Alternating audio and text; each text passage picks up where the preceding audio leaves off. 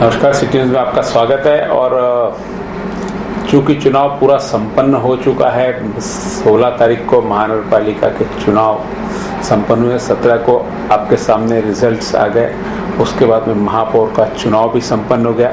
इस चुनाव के पीछे बहुत सारी बातें ऐसी रहती जो चुनाव संपन्न होने के बाद में ही सामने आ पाती।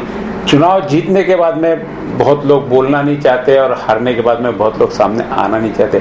ऐसी कई परिस्थितियाँ रहते, ऐसे कई अनुभव रहते जो हम लोगों को लगता है ऐसा कि वो अनुभव लोगों के साथ में शेयर्स करने चाहिए कि आखिर क्या होता है। क्योंकि एक तरफ तो हम कहते हैं कि जंग और मोहब्बत में सारी चीज़ें जायज़ है। जहाँ तक कि मोहब्बत का सवाल है, मोहब्बत में जितने भी लोग नाकाम होते हैं उनके किस्से हमेशा लिखे जाते हैं, जबकि चुनाव में और युद्ध में ऐसा नहीं होता। नाकामी के किस्से नहीं लिखे जाते। बात नाकामी की नहीं है, ये चुनाव एक युद्ध के रूप में, एक प्रोजेक्ट के रूप में होता है, एक प्रक्रिया होती है। और इसमें सबको पता है खड़े रहने के पहले कि चुन के केवल एक ही व्यक्ति आना है। ये तय होता है कि चुनाव में केवल एक ही, फिर भी उस चुनाव में हर व्यक्ति कॉन्टेस्ट करता है। यदि हार का डर हर व्यक्ति को होता तो शायद कोई चुनाव लड़ ही नहीं पाता और चुनाव प्रक्रिया ही नहीं चलती। इसी चुनाव प्रक्रिया के चलते कई लोगों ने अपने इस मुकाम में जीत हासिल की है, तो कई को वो मंजिल मिल नहीं पाई। ऐसे हमारे साथ में आज अमरावती के वरिष्ठ पत्रकार और अमरावती मंडल और दैनिक मातृभूमि के संस्थापक संपादक और हाल ही में अमरावती महानगरपालिका में हुए चुनाव में एक उम्मीदवार के रूप में हमारे सामने जो थे, ऐसे अनिल अग्रवाल से आज हम मुलाकात करने जा रहे हैं कि अपने तीनों अनुभव के, पत्रकारिता के रूप में उन्होंने चुनाव का क्या अनुभव लिया, एक उम्मीदवार के रूप में उन्होंने चुनाव का क्या अनुभव लिया और एक राजनीतिक पार्टी से जुड़े हुए होने के कारण उन्होंने चुनाव का अनुभव क्या लिया। इस अनुभव को आपके साथ में हम आज शेयर करना चाहेंगे। अनिल जी नमस्कार। नमस्कार। अनिल जी, हाल ही में चुनाव संपन्न हुआ है। ओवरऑल 2012 का चुनाव आप किस दृष्टि से देखते हो?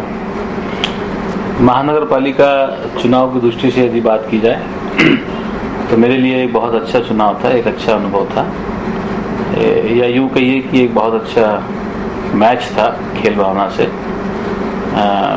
मैच में मैंने भाग लिया और मैच खत्म हो गया, मैच में मैं हारा और कोई और जीता।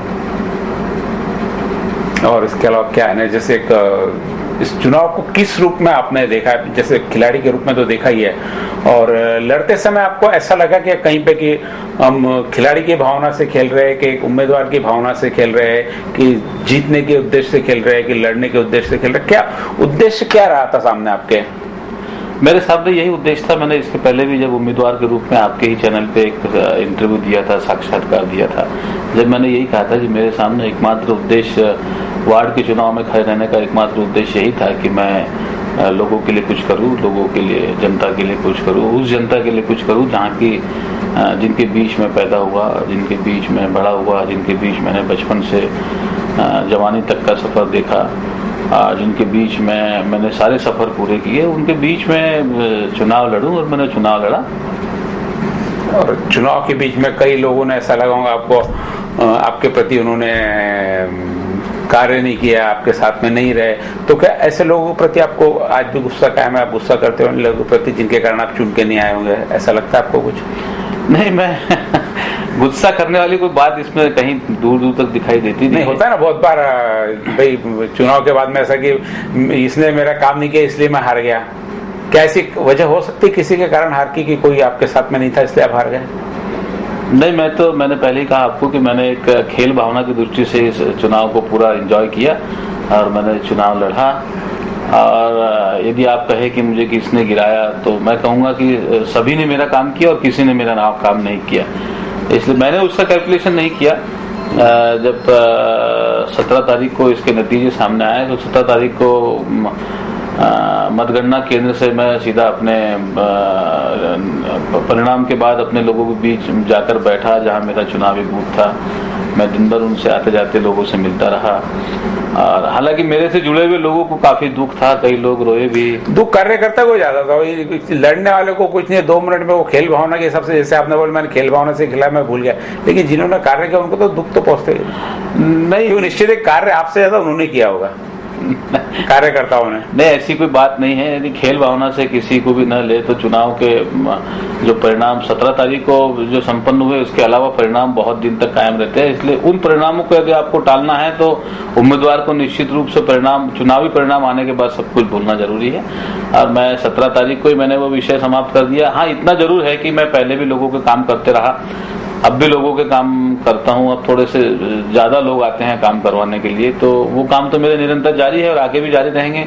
क्योंकि मुझे कांग्रेस के जितने उम्मीदवार खड़े थे, करीब 80 उम्मीदवार कांग्रेस से खड़े थे, उसमें से 25 उम्मीदवार जीते हैं, 55 उम्मीदवार कांग्रेस के पराजित हुए। उन 55 उम्मीदवारों में सबसे ज्यादा वोट मुझे मिले हैं।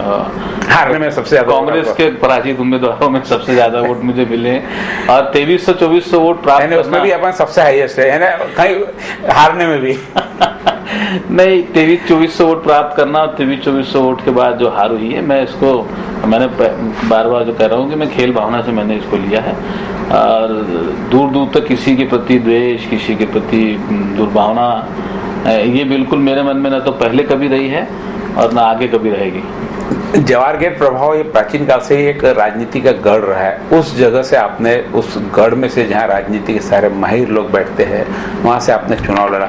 आपको इस वार्ड के यानी जो जनता है, इस वार्ड प्रभाग के लोग हैं, उनसे अनुभव कैसा रहा? कैसे है इस वार्ड के लोग, कैसे है, किस टाइप का उम्मीदवार वो चाहते हैं, उनकी अपेक्षा क्या है? कहीं निश्चित उनकी अपेक्षाओं पर आप कहीं ना कहीं कम पड़े होंगे, इसलिए शायद परिणाम ये आया।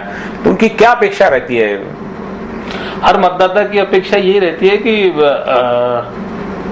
वो जो उम्मीदवार को मत देना चाहते हैं, जो उम्मीदवार को मतदान कर रहे हैं, वो उम्मीदवार उनका काम करे, उनकी सेवा करे। और मैं इसी अपेक्षा के साथ चुनाव मैदान में उतरा था। और मेरे खिलाफ जो चुनाव जीते हैं वो मेरे मित्र प्रवीण हरमकर है, शिवसेना के, आपके बड़े अच्छे मित्र हैं। तो जो भी मेरे चुन के आने वाले तो सारे मित्र ही थे। तो मेरी उनको शुभकामना है। वो शायद 16 तारीख का जो दिन था वो उनका दिन था, 16 तारीख का दिन उनका था और इसलिए वे चुनाव जीत गया और मैं चुनाव हार गया। लेकिन मैंने चुनाव काफ़ी एंजॉय किया, काफ़ी मैंने चुनाव में नए नए अनुभव लिए और मेरे साथ लोग भी काफ़ी जुड़े।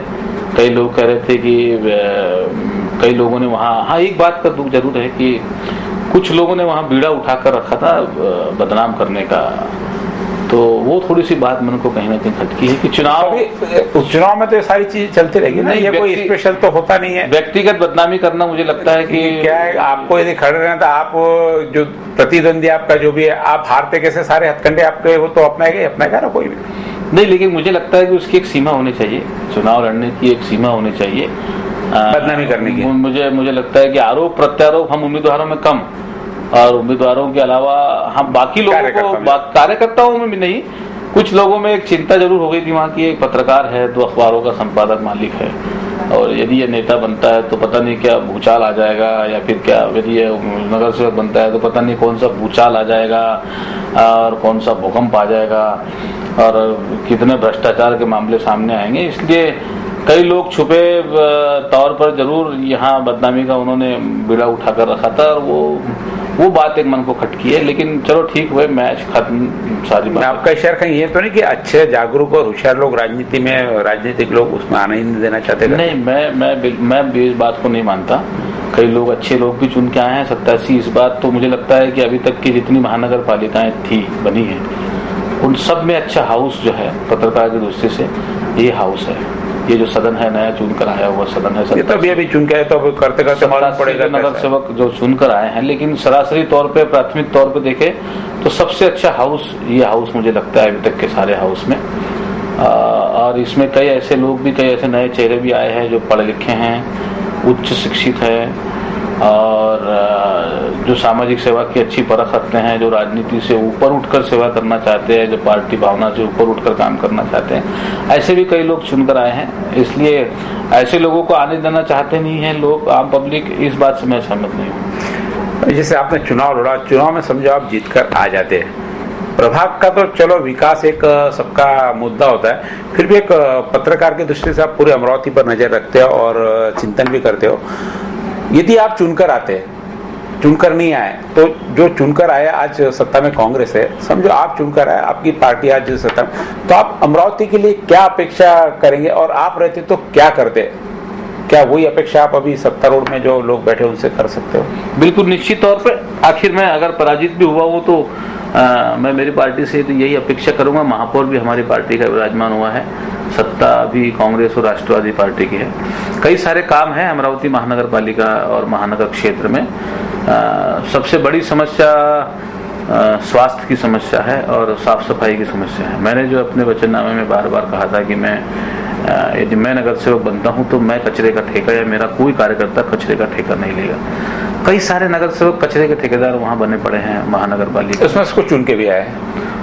हाँ, उसमें से कुछ चुन के भी आए हैं या कचरे के ठेकेदारों ने उन्हें चुनवाया है और उनके विरोधी उम्मीदवारों को पराजित करवाने में पैसा भी खर्च किया। खुद भी सामने आए हैं, उन्होंने राजनीति में बेजा दखलंदाजी की। तो ये चीजें दूर होनी चाहिए। मेरी तमाम उन नगर सेवकों से गुजारिश रहेगी कि करप्शन इस हद तक ना बढ़ाएं कि साफ सफाई के मामले में भी करप्शन करने को यदि कोई नगर सेवक तैयार हो जाता है, 10 और 15 हजार रुपये ठेकेदार से महीने में लिए जाते हैं, ठेकेदार कचरे के ठेकेदार के साथ मिली भगत की जाती है। कम से कम हम मतलब निगेटिव में पॉजिटिव यदि कुछ सोचे तो कम से कम उसमें तो करप्शन ना करे। मेरे तमाम नगर सेवकों से यही गुजारिश है कि कचरे के ठेके में भ्रष्टाचार ना करे। कचरे के ठेके का काम करने वाले व्यक्ति को कचरे का ठेका लेने दे, अपने नजदीक के कार्यकर्ताओं को कचरे का ठेका ना दिलाए। और मैं काफी कुछ जानता हूँ ऐसे नगर सेवकों के बारे में और कचरे के ठेकेदारों के बारे में जो पैसा देते हैं नगर सेवकों को। जो तो पत्रकार के नाते उस दृष्टि में आप प्रयास करोगे कुछ? 25 की बजाय 10-10 कर्मचारी कचरे के काम में लगाते हैं, साफ सफाई में लगाते हैं। मेरी उनसे सबसे हाथ जोड़ की विनती है कि कम से कम कचरे के ठेके में भ्रष्टाचार न करे। बाकी तो भ्रष्टाचार को रोकना अन्ना हजारे जैसे लोगों के हाथ में नहीं रहा, संभव उनके लिए नहीं हो सका, तो हम तो बहुत छोटे लोग हैं। हम कोशिश तो निरंतर करते ही रहते हैं दोनों अखबारों के माध्यम से कि भ्रष्टाचार रोकें। आगे भी ये कोशिश करते रहेंगे कि किस तरह भ्रष्टाचार कम हो और रुके। एक छोटे से ब्रेक के बाद वापस आते हैं अनिल जी अग्रवाल के पास, और एक पत्रकार की दृष्टि से इलेक्शन कैसा रहा और आने वाला ये सदन किस प्रकार कार्य करेगा और कौन से कार्य करने चाहिए, क्या अपेक्षा है हम पत्रकारों की भी। इस एक छोटी सी डिस्कस आने के बाद वापस करें, लेते छोटा सा break. Hello friends, I am Darshana. Home shopping में मैं आप सभी दर्शकों का स्वागत करती हूँ। अपने सपनों को साकार करने, अपनी तमन्ना पूरी करने हम लेकर आए हैं घर बैठे होम शॉपिंग। बस एक फोन कीजिए और मनचाही चीज घर में पाइए, और वो भी फ्री होम डिलीवरी। क्योंकि हम लाए हैं आपके लिए एक ऐसा प्रोडक्ट जो आपको देगा पूरे परिवार के साथ एंटरटेनमेंट का मजा। हमारा आज का एक शानदार प्रोडक्ट है विक्टर कंपनी का DVD player with LCD screen. इसमें आपको मिलता है 7.5 इंच का LCD मॉनिटर टीवी, साथ ही साथ बेस्ट पिक्चर क्वालिटी। साथ ही साथ आपको मिलती है DVD प्लस USB, जिसमें आप अपने मनपसंद कार्यक्रम, मूवीज या सॉन्ग देख सकते हैं बिना किसी रुकावट के। अगर बिजली ना हो फिर भी आप इसे यूज कर सकते हैं बिना किसी परेशानी के, क्योंकि इसमें दिया गया है 2.5 घंटे का बैटरी बैकअप। इंडोर हो या आउटडोर, आप इसे कहीं भी इस्तेमाल कर सकते हो अपने दोस्तों के साथ आसानी से। इसके साथ दिया गया है आपको एक कार कार्ड फ्री। इस वजह से आप अपने कार में इसे यूज कर सकते हो। आपका दिल अगर वीडियो गेम खेलना चाहता हो तो लगाए रिमोट और खेले अपना मनपसंद गेम। और एक खास बात, आप अपने घर की साउंड सिस्टम इस पे लगा सकते हैं और बेहतरीन साउंड सिस्टम का मजा ले सकते हैं। इसमें दिया गया है AV इन और AV आउट, जिसे आप अपने घर की बड़ी स्क्रीन पर लगा सकते हैं। आप इसे 180 डिग्री में रोटेट भी कर सकते हो। साथ ही साथ हम आपको दे रहे हैं charger, car cord, headphone, remote, video game remote, TV antenna, वो भी 3 महीने के वारंटी के साथ केवल मात्र 2,999 रुपए में। और एक खास बात, हम आपको दे रहे हैं 2,599 रुपए की रिबॉक कंपनी की रिस्ट वॉच, वो भी बिल्कुल फ्री। फिर देर किस बात की, उठाए फोन, डायल करिए 9158525324।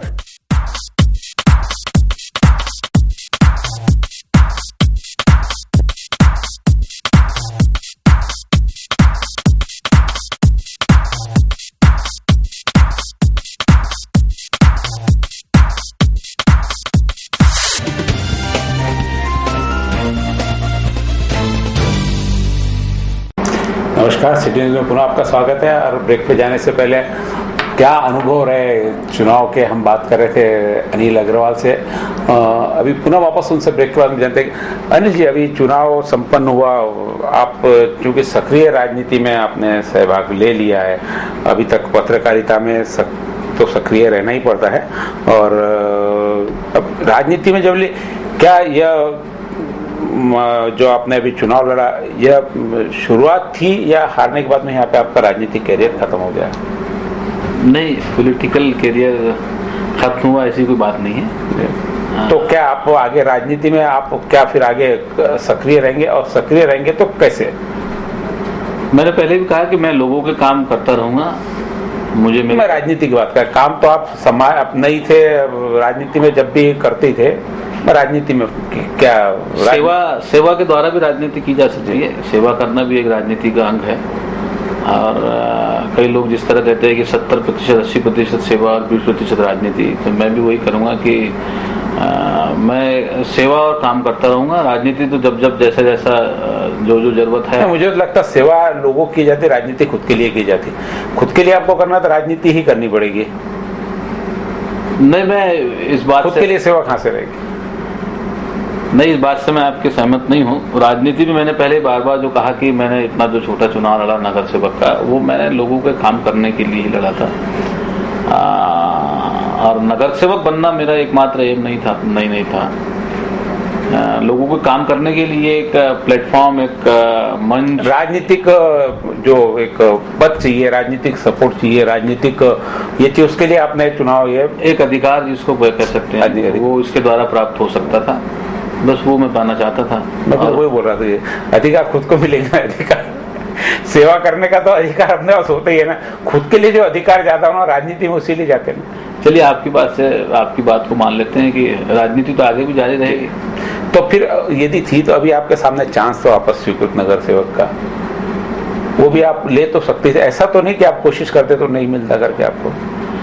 हाँ, लेकिन मैं स्वीकृत नगर सेवक बनना नहीं चाहता था। स्वीकृत नगर सेवक का ऑफर मुझे पहले भी था पार्टी की ओर से कि मैं स्वीकृत नगर सेवक, मुझे पार्टी बनाने को तैयार थी पहले भी। बाद में मैंने न पार्टी से अधिकार तो आपको उसमें भी मिल जाते थे ना। स्वीकृत नगर सेवक में अधिकार प्राप्त होते नहीं है। स्वीकृत नगर सेवक में आप 87 प्रभागों के का क्षेत्र आपका कार्य क्षेत्र होता है, और अधिकार और साधन और सारी बातें बहुत सीमित होती है स्वीकृत नगर सेवक में। आपको ना तो फंड मिलता है, ना आपको एक कोई सीमित क्षेत्र आपके लिए होता है, पूरा क्षेत्र आपके लिए होता है। 87 कुछ नहीं होता, 87 प्रभाग उसमें होते हैं। जिसको सब कुछ आता है उसको कुछ नहीं आता, ये मानने में क्या हरकत है? ऐसी बात नहीं है। लेकिन स्वीकृत नगर सेवक बनना मेरा एम नहीं था इस बार, इसलिए मैंने स्वीकृत नगर सेवक के लिए पहले भी पार्टी को नहीं बोला था, और बाद में मैंने कोई प्रयास पार्टी में नहीं किया स्वीकृत नगर सेवक के लिए। हालांकि मेरे पराजित होने के बाद मुझसे जुड़े हुए करीब हर व्यक्ति ने मुझे कहा कि आप स्वीकृत नगर सेवक के लिए प्रयत्न करो, लेकिन स्वीकृत नगर सेवक के लिए मैंने पार्टी पे या राव साहब से या किसी अन्य नेता से कोई बात नहीं की, और न मैंने प्रयत्न किया। राजनीतिक व्यक्ति जो भी, उसके लिए कहना है सबसे बड़ी इम्पोर्टेंट चीज जो आती है, उसको अपनी खुद की सब चीजें दिखाने, एक चुनाव ही एक आता है जहां अपनी सारी वो चीज, अपनी जो काबिलियत वो दिखा पाता है, और उस चुनाव के माध्यम से खड़े रह के बहुत कुछ हासिल करता है, जो राजनीति में सक्रिय रूप से जाना चाहता है। अब आपने महानगरपालिका का चुनाव अभी लड़ लिया, महानगरपालिका का चुनाव अगले 5 साल बाद ही होना है। इन 5 सालों में आप कोई पद पे न रहे, सक्रिय राजनीति में कैसे रहोगे? क्या और भी कुछ अभी आपके अपेक्षा है जो आने वाले कुछ, और अभी 2 चुनाव, जैसे विधान परिषद का भी है, विधानसभा का भी आएगा ही, लोकसभा का 3 चुनाव सामने है, लोकसभा तो खैर रिजर्व है यहाँ का। ये मुझे लग रहा है कि एक पत्रकार से ज्यादा एक मित्र को प्रश्न पूछ रहा है। ऐसे कोई नहीं, मैं पत्रकार के हिसाब से आपका बैठे नहीं, एक मेरे कोई ऐसे चुनाव मेरे कहीं दूर तक दिमाग में नहीं है। कोई विधान परिषद नहीं, कोई विधानसभा नहीं। अगर ये चुनाव मेरे दिमाग में होते तो मैं नगर सेवक का चुनाव लड़ता ही नहीं था। बैंक के नहीं, मुझे मेरी मर्यादाएं पता है। कोऑपरेटिव सोसाइटी के है। सहकार क्षेत्र में 24 घंटे का एक कार्यकर्ता आवश्यक है सहकार क्षेत्र में जाने के लिए। मैं न तो सहकार क्षेत्र के किसी चुनाव के लिए इच्छुक हूँ, न विधान परिषद के चुनाव के लिए इच्छुक हूँ, न बाकी कोई चुनाव के लिए मैं इच्छुक हूँ। हाँ, ये जरूर है, आपने जो एक बात कही उससे मैं थोड़ा सा सहमत नहीं हूँ कि चुनाव के अलावा सक्रिय राजनीति में किस तरह से रहा जा सकता है। देखिए, चुनाव तो जो है शहर लेवल पे यदि आप देखो तो केवल 25 लोग नगर सेवक बने हैं, 25, जबकि पार्टी जो चलती है इतनी बड़ी महानगर स्तर पे हजारों लोगों के सहयोग से, कई सैकड़ों लोगों के कार्यकर्ताओं नेताओं के सहयोग से, एक साथ से काम से चलती है। इसलिए जरूरी नहीं कि हर व्यक्ति ने चुनाव ही लड़ना चाहिए। प्रत्यक्ष अप्रत्यक्ष रूप से राजनीति में, पार्टी में मेरी सक्रियता है ही। हर सक्रियता को उजागर कर नहीं किया जा सकता। अभी जैसा महानगर पालिका में सदन में जब हमारी सत्ता बैठी तो पराजित होने के बाद भी सक्रिय रूप से राव साहब ने जो जो जिम्मेदारी दी थी उसको मैंने पूर्ण किया। और हमारे जो साथी लोग थे, विलास भाव इंगोले, वसंतराव सावरकर, बबलू भाऊ शेखावत, राव साहब के नेतृत्व में हमने जो जो जिम्मेदारी दी गई थी सबने अपनी अपनी जिम्मेदारी पूरी की। और इस तरह से 25 नगर सेवकों का दल जाकर के 29 पर पहुंचा कांग्रेस का। और आज हमारा कांग्रेस का महापौर महानगर पालिका में विराजमान है और सत्ता कांग्रेस और राष्ट्रवादी की विराजमान है। अब आगे आगे देखो होता है क्या। कोई राजनीतिक पद इस पार्टी का पद की अपेक्षा की होना चाहिए? नहीं, मैं सक्रियता के लिए कुछ तो लगेगा ना। बिना पद के, बिना इसके सक्रिय राजनीति, हर में राजनीति के, फिर तो मैं भी थोड़ी बहुत राजनीति कर लेना हूँ लेकिन सक्रिय राजनीति में नहीं हूँ। जी जी जी जी जब तक आप किसी पद पे नहीं रहोगे, कोई आपका जैसे नगर सेवक का तो आपका अगले 5 साल बाद ही मालूम पड़ेगा आप खड़े रहोगे भी या नहीं रहोगे। उस समय पता नहीं क्या अपेक्षा किसकी हो जाए। उस समय तक सक्रिय राजनीति में रहने के लिए क्या करोगे फिर आप? कई सारी बातें काम करता रहूंगा पार्टी में और लोगों के, वही सक्रियता मेरी कायम रहेगी। और क्या अपने प्रभाग के लोगों को कोई संदेश, जब आपने भी हार गए ये प्रश्न दूसरा है, लेकिन 2400 लोगों ने तो आपके साथ में आपके पक्ष में काम किया, उनका तो कोई दोष नहीं है?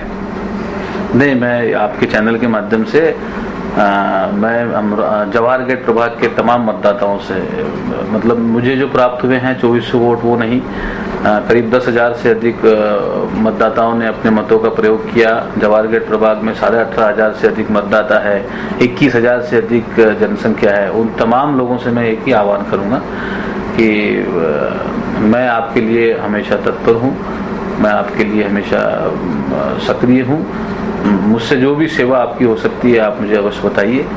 और मैं पराजित हुआ इस बात को, जिस तरह मैं 17 तारीख को भूल गया उस तरह आप भी, और विशेषकर मेरे सारे समर्थक और चाहने वालों से मैं जरूर गुजारिश करूंगा कि आप उसको भूल जाए, अपने अपने क्षेत्रों में सक्रिय रहे। मैं इसलिए नहीं बोल रहा हूँ कि मुझे अगला चुनाव लड़ना है मैं इसलिए बोल रहा हूँ कि मैंने चुनाव लड़ा है और मुझे जितने लोगों ने साथ दिया है, जितने लोगों ने मेरा काम किया है, मेरा नैतिक कर्तव्य होता है, दायित्व होता है कि मैं उनके लिए काम करूँ।